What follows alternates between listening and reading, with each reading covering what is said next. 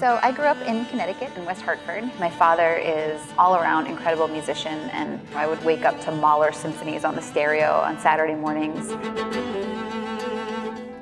How I got started playing cello was actually in West Hartford public schools.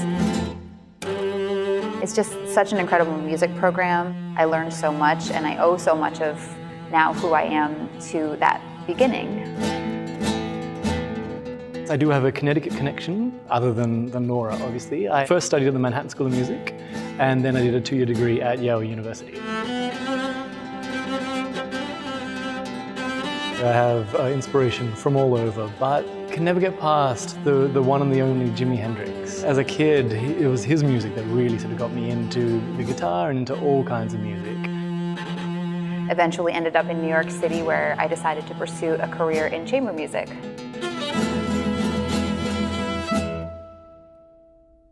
I remember meeting this sort of quite attractive cellist who was sitting there warming up, and I tried to speak to her, and she just wouldn't say anything to me at all. Maybe 3 years later, we saw each other again at a party, and I mentioned to a very close mutual friend that I had a shine for him, and seconds later, and the rest is history. We feel really lucky to be doing this.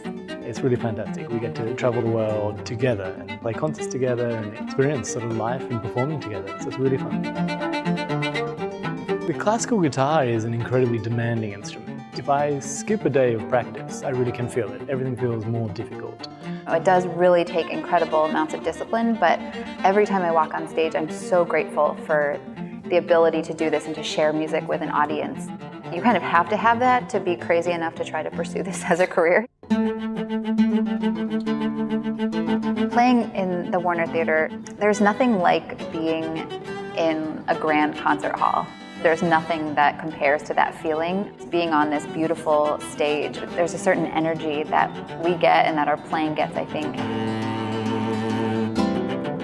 You think about everyone that's been there before you and the history of the place, and it's such an honor to be there every time.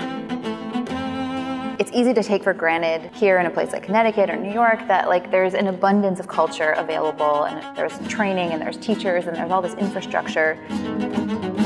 One of the amazing things about what we do as musicians is to be able to travel the world and do a lot of outreach performances for children in hospitals and orphanages all over the world. To be able to go there and work with them is just so rewarding.